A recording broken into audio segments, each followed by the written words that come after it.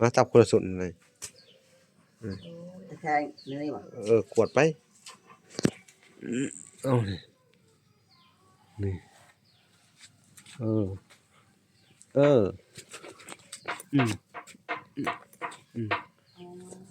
รถกวดพี่น้องกวดใส่เพิ่นเลย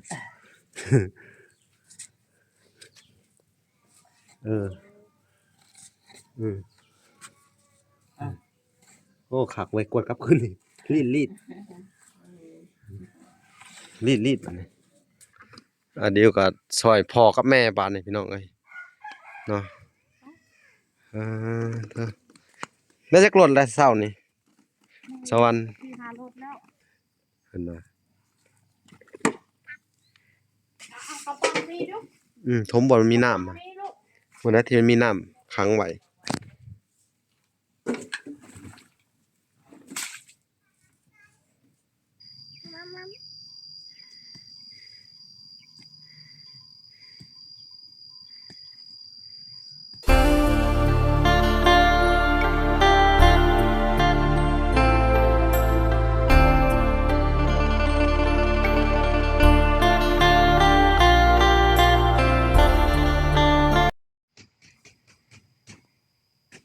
โอเคพี่น้องเอ้ยกราบสบายดีพ่อแม่พี่น้องเบิดสู่คนเนาะก็ยินดีเข้าสู่ช่อง YouTube เบาหลาสายบุญคุณธรรมคือเก่าเส้นเคยพี่น้องเอ้ยเนาะทักทายสบายดี FC ทางฝั่งไทยและ FC ทางฝั่งลาวและ FC ทางต่างประเทศนำเด้อพี่น้องเอ้ยเนาะมื้อนี้ก็มาพบพ่อกับเบาหลาพี่น้องเอ้ยเนาะอยู่ในเฮือนในซ่านของไอ้แก้วคือเก่าพี่น้องเอ้ยเนาะคือเก่าคือเดิมเนาะมื้อนี้หลังจากจบคลิปนี้ไปพี่น้องเอ้ยก็จะไปพาเพิ่นไปเบิ่งรถไถพี่น้องเอ้ยเนาะไอ้แก้วเอาแต่ขอบๆมันให้มันเป็นคูคือเก่าเด้อนั่นแหละให้มันเป็นหอมไปสินี่นี่เนาะนี่เลยว่าเพิ่นสิเฮ็ดหยังล่ะมื้อนี้ว่าสิเอาดินไปเฮ็ดหยังนี่ ทมนั้น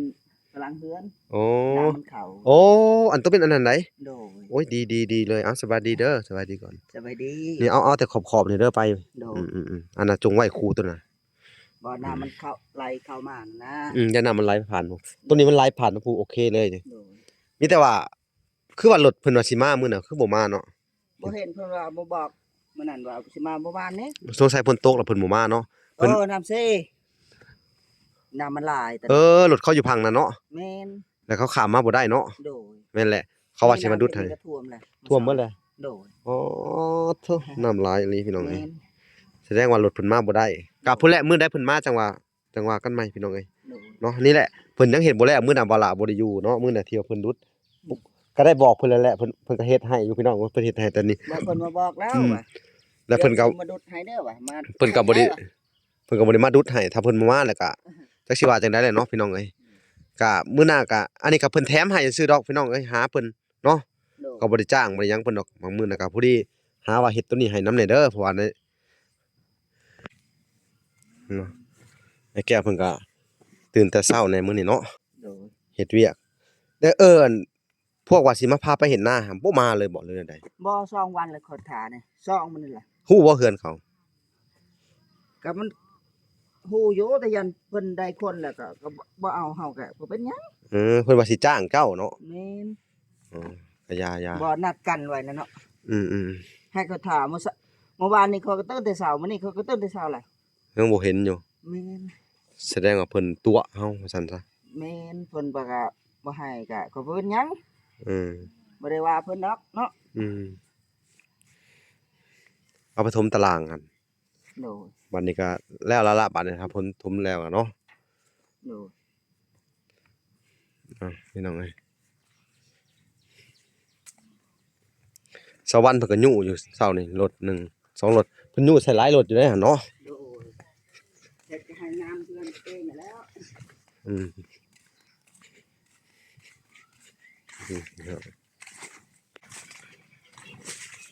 นี่บ่อนมันเป็นถมก็ไล่ๆเฉลี่ยกันออกไปก็ได้ไอ้แก้วโดยพี่น้องเอ้ยนี่เมื่อวานนี่เพิ่นก็ถมอยู่พี่น้องเอ้ยถ้าว่าน้ำนี่มันเฮ็ดจังได๋มันก็บ่อยู่พี่น้องนี่ ถมไปปะกะหลายดินผู้มันไหลลงคืนกลับไปผู้นู่นพี่น้องนี่ก็ต้องสิให้เบาแก้วใส่กระสอบเอาพี่น้องเอ้ยถูกมันต้องปลูกเมื่อวานเนี่ยปลูกกันนะอันปลูกไอ้เขาเอิ้นอันปลูกกันดินเจือนพี่น้องปลูกหญ้านะหญ้าแฝกพี่น้องเอ้ยปลูกหญ้าแฝก นี่มันหินอหย่างครับพี่น้องคือมันเหลื่อมคักแค่นี้งงว่าหินหยังเนาะแปลกๆนี่พี่น้องเวลาฝนเช้าตกดินมันจะลาวนี่พี่น้องเฉาะเนาะเฉาะอันหญ้าแฝกไปนี่แต่ว่าหญ้าแฝกก็ใกล้สิติดแล้วพี่น้องเอ้ยก็สิเอามาปลูกอีกนี่รอบๆนี่ไปพี่น้องเวลาฝนเลิกฝนหยุดตกก็ดินมันสิลาวพี่น้องเพราะมันน้ำมันกำลังกลืนดินพี่น้องเอ้ยนี่พี่น้องมันยุบลงไปเลย มันยุบตัวลงพื้นเลยนี่พี่น้องคล้ายๆคือว่า ดินมันยุบตัวลงไปพี่น้องเอ้ยนี่เนาะเพราะว่าอันดินมันกลืนน้ำ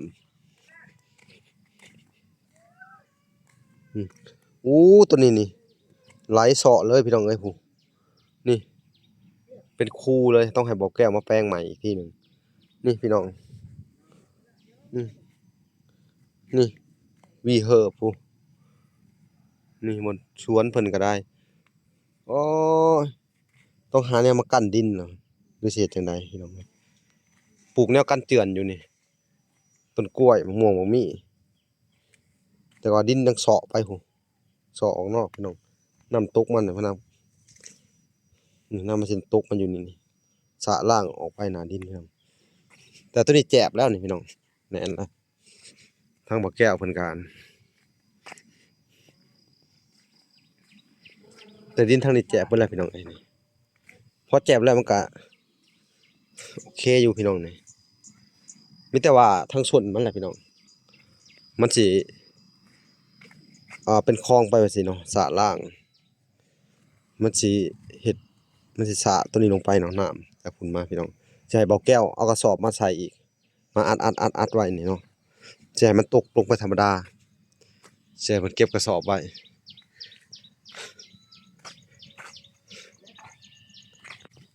ทาง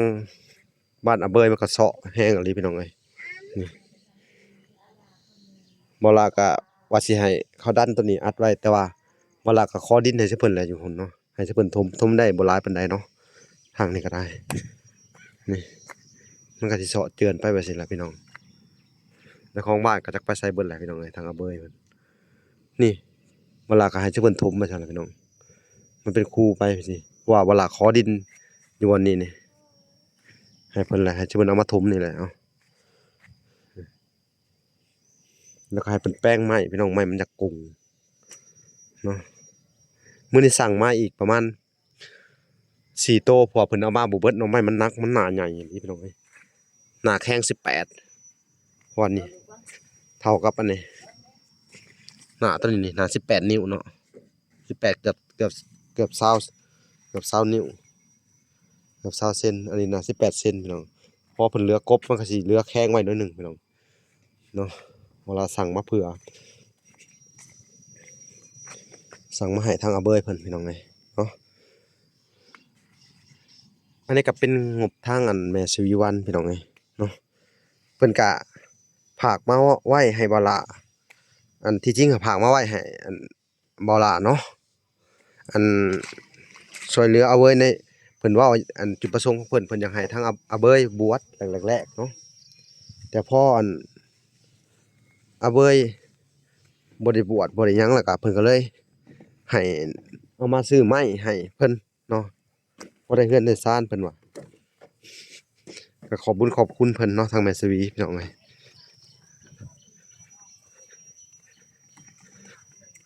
ก็ตัดภาพมันอยู่ทางไอ้แก้วเพิ่นก็เอาดินพอแล้วไอ้แก้วเอาสุดนี้ก็พอเด้อปล่อยมันไว้ โดย แล้วก็จะไปเอาในหันก็ได้ในโน่นตัวน่ะ โดย เหยียบเอาในโน่นน่ะเหยียบเอาโลดเอาส่วนเหยียบเอา โดย เอาเด้แล้วก็ไปถมบดมันอังใช่ป่ะบดน้ำอัง โดย ในตารางแก้วถมมีจัก2รถแล้วก็แป้งไปแป้งกันดีแล้วก็ถมบดมันอังบดให้มันอัง โดย นี่แถวนี้มันอังให้มันแห้งไปเลยนะ โดย มันยังบ่เปื้อน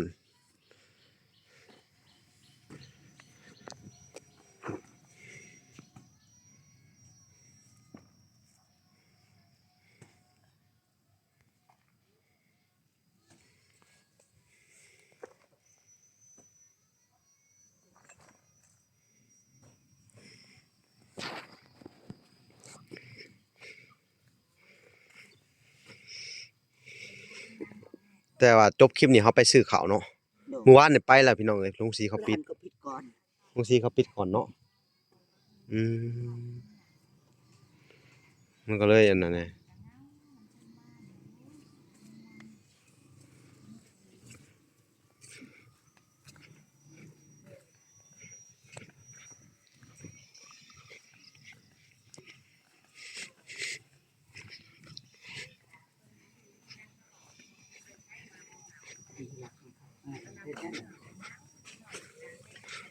สบายดีเดี๋ยว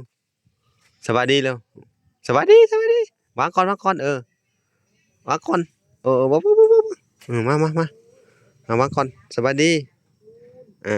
สบายดีบ่ลิ้นเด้อนี่เด้ออันนี้ถุงมือเด้อถุงมือถุงมือ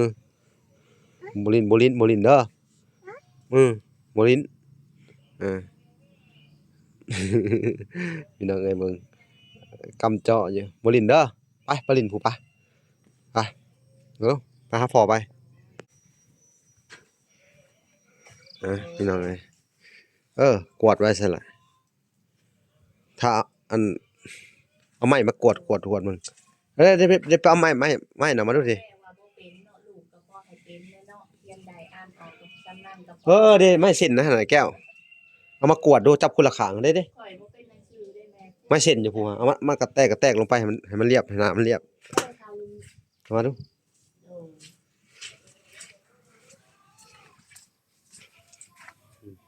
โอ้ย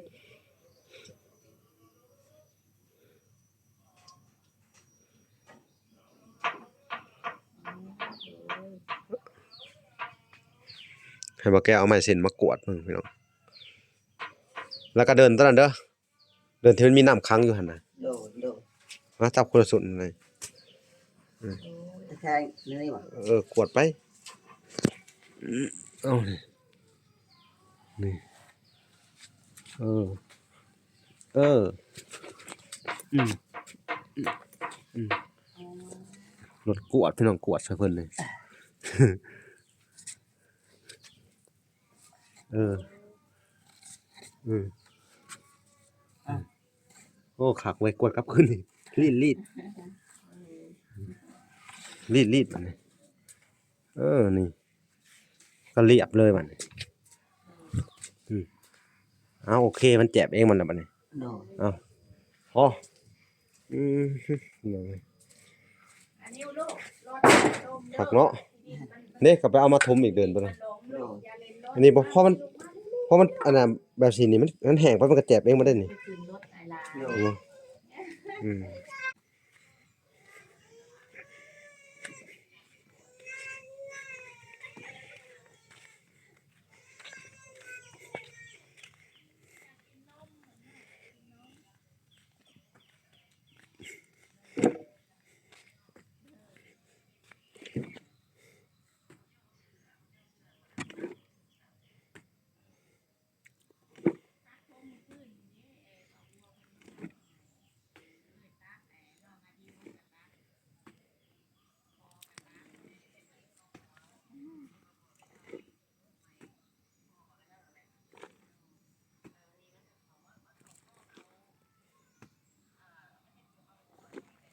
ปิดเสียงแหน่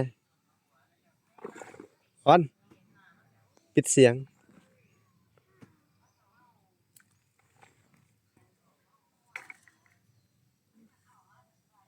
ปิดเสียงเอาเลย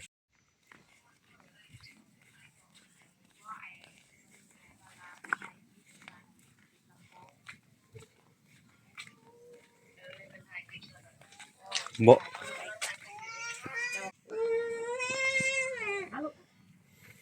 อย่าให้นะลูก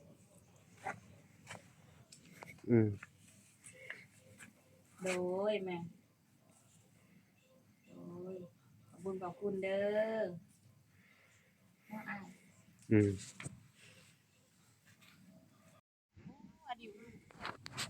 อยู่ดีๆเด้อๆๆไป เอ้า ตลาด เดี๋ยวก็ซอยพ่อกับแม่บาดนี่พี่น้องเอ้ยเนาะ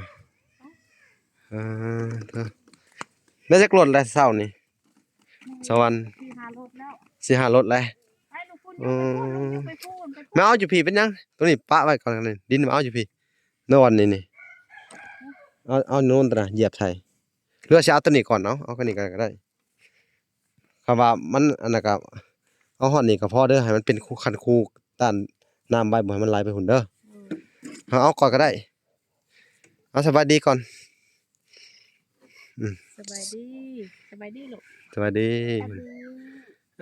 โอ้เก่งนู่ล่อซอยแม่นํ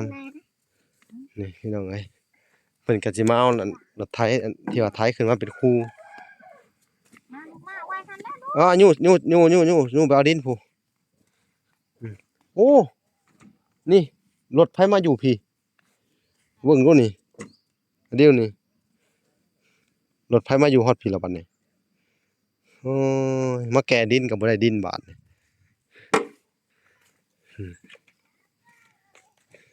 นาลีเขาก็เตะกัน ไก่เนาะ แม่น ไก่ชนกันเองพี่น้องเอ้ยไก่เพิ่นว่าตัวมอมแมมเบิดไก่พี่น้องไก่2ตัวมันชนกันเบิดคืนเลยมันบอกเมื่อคืนเนี่ยเดี๋ยวสิถ่ายให้เบิ่งพี่น้องบางหันน่ะจะไปใส่ได้ตัวแดงอะอืม ไก่ปูข่อยมันไปนำแม่เด้มันไปนำไก่โตแม่ อืม มันบ่ปะโตแม่ได้ไก่ตัวนั้นมันคือไก่แม่บ่เป็น เออ มันอยู่ผู้เดียวมัน มันไล่ตีไก่แม่จนตายเนาะว่าซั่น แม่น แถมยังไปเตะไก่ผูตัวนี้อีกบัดนี้ ไก่ปูตัวนั้นเขาซ้อมให้มันเตะระวังหันเด้ เอ อัน อ นี้เขาขายชบมันก็บ่มี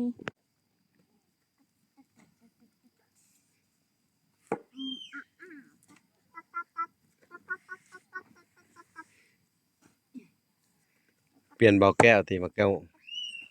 เพิ่นไปเอาลูกแทนบ่ แม่น อืมน้ำมันก็ไหลมาจุบเจือเนาะนี่ไหลโค้งมาพี่น้องเอ้ยนี่แล้วก็ไหลออกมาพี่เนาะแต่ว่าเพิ่นเฮ็ดให้ก็คักอยู่พี่น้องเอ้ยแต่ว่าอันน่ะเพิ่นยังบ่มาเฮ็ดจบเลยเพราะว่าน้ำแต่มาแต่พุ่นก็พัดผ่ากลางตัวนั้นไปอีก อันนี้เอาไว้ให้น้ำมันไหล อืม มันเพิ่นไทยลงลึกๆกว่านี้แห้งนั่นสิไปขุดเอานะคะ อืม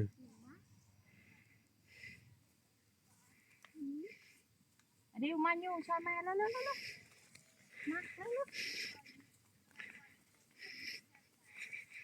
เพิ่นก็ขยันพี่น้องเอ้ยถมถี่นะบัดนี้ถมเสานํเด้อ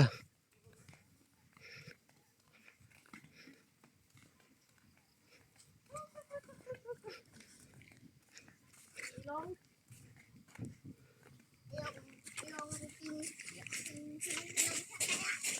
งลงกินขนม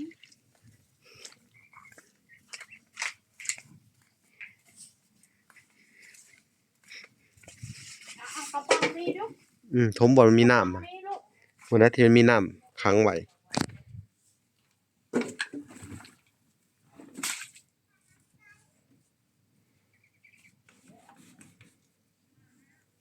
คุณให้มันตังแล้วก็น้ำมัน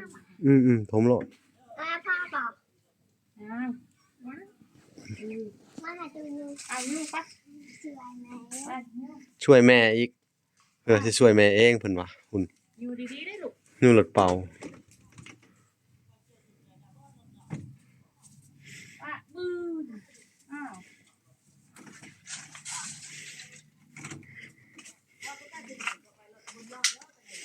อยู่นี่เดี๋ยวมาทางพี่พูดนี่นะเดี๋ยวไปจุกไปรถเป็นไงเนี่ยแล้วก็บ้านอ้าวคุณเรียมอะไรจะปากโง่จะไปดอกเนาะแล้วก็บันดอก เอานี่ใส่ไก่ไปเดี๋ยวพอให้ไก่นะลูกเอ้ย เสาดินนั่นนี่พี่น้องเอ้ยเสาอันเพิ่นเอาไปถมตารางเฮือน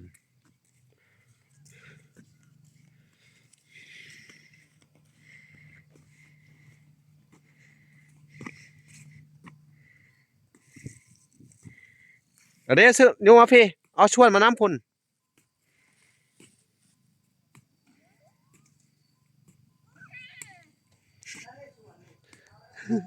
มามา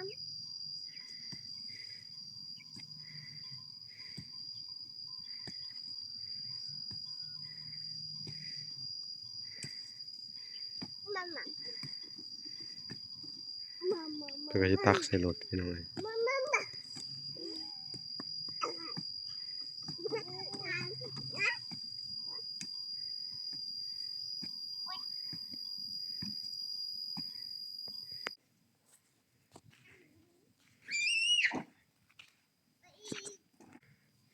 เปลี่ยนกันเพิ่นว่าให้เพิ่นเมียเพิ่นสิเป็นคนขุดแล้วก็ขุดเอาแถวนี้นํเด้อมันท่านจนกว่ามันจะพอแถวเดินนั่นแหละไปทุมหมดแล้วมันมีน้ำค้างไว้นี่อ่าจบคลิปนี้เนาะ โอ้ย เราก็สิได้พากันไปซื้อข้าวก่อนพี่น้องเอ้ย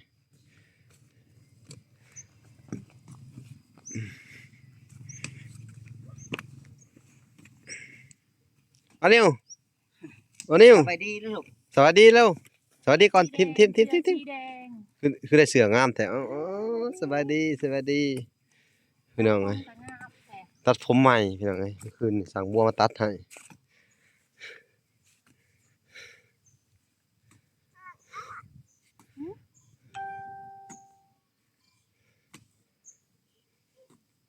สั่งบัวมาตัดให้เพิ่นเมื่อคืนนี่ก็บ่าวลาก็เอาเงินให้เพิ่นเนาะ100,000พี่น้องแต่ว่าบ่ได้ถ่ายคลิปดอกแต่ว่าเป็นนั่นน้ำใจจากแม่ทอนแก้วพี่น้องเอ้ยที่เพิ่นให้เงินค่าสร้างเมื่อคืนนี่ก็มันดึกมันดื่นก็เลยบ่ได้ถ่ายคลิปเพิ่น ออกไปหน้าได้มื้อนี้ เพิ่นสิออกมาหน้านะ ออกไปนอน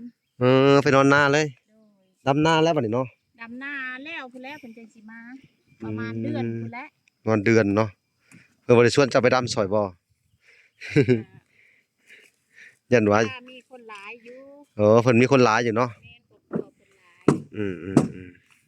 ก็มีแต่ว่าชุบเจ้าก็ไปเฮ็ดนํพี่น้องคือเจ้าคือเก่าน่ะอืม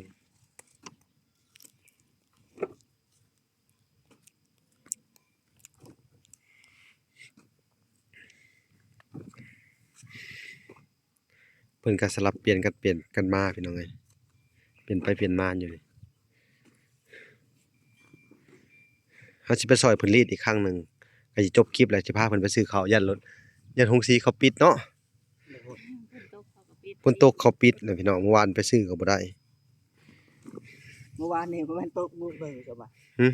เมื่อวานนี้ฝนตกมันมือแล้ววะ อืม ตกแต่เที่ยงเนาะจนค่ำ เออ คืนนี้ก็เบิดคืน บ่ คืนนี้แหละตกแห้งอะลิป้าโถ หมดคืนเลยเนาะ จนเบิดคืนเลย พี่น้องเอ้ยโอเคคลิปหน้าเฮาสิพากันไปซื้อข้าวก่อนพี่น้องเอ้ย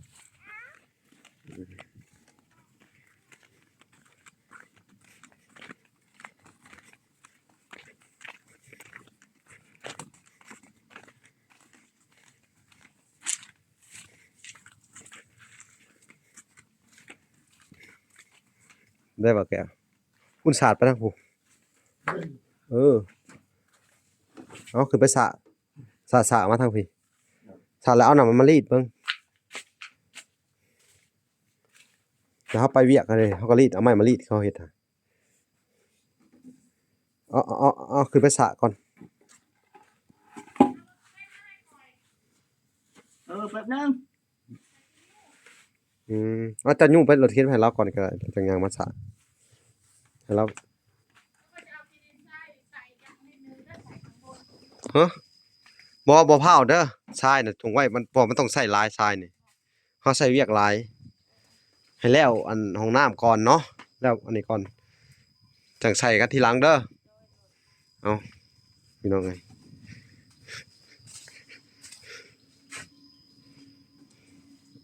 แก้วมันสระมาบนน้ำมันมันก็บ่ค้างแล้วบัดนี้เนาะ โดย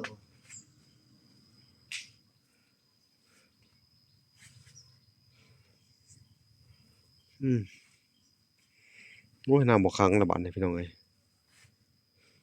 เอาไม้กวาดเอาก็ได้แก้วมาเอาไม้มาสิรีดซอยเฮ็ดคือเอาเฮ็ดว่างั้นน่ะหุ่นต้นกองนั่นนำแหน่หูกองน่ะ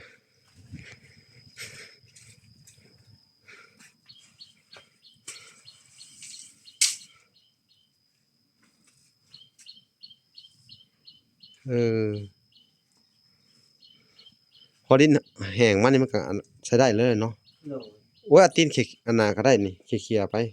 เคลียร์มันนี่มันก็แล้วแหละบ่ต้องรีดก็ได้เนาะ แม่น เดี๋ยวก็แจบเองมันนี่ก็เคลียร์เอา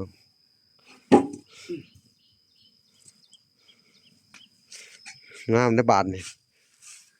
ขี้เลื่อยนี่ก็มีประโยชน์เนาะปนเข้ามันบ่ติดตีนเนาะบ่เหนียวเนาะ โดย เอาขี้เลื่อยมาโห้ยใส่หน้ามันเนาะ โดย เอาขี้เลื่อยมาโห้ยดูหั่นดิบ่แก้วนี่ขี้เลื่อยที่เขากบไปนี่ โดย มาโห้ยใส่มันก็แจบแล้วบัดนี้ แม่น เด้นี่ขี้เลื่อยทั้งนั้นเลยพี่น้องนี่ดินมันก็บ่มีตม เดี๋ยวให้เขาเทมันหมดก้อนจะค่อยโรยใส่ที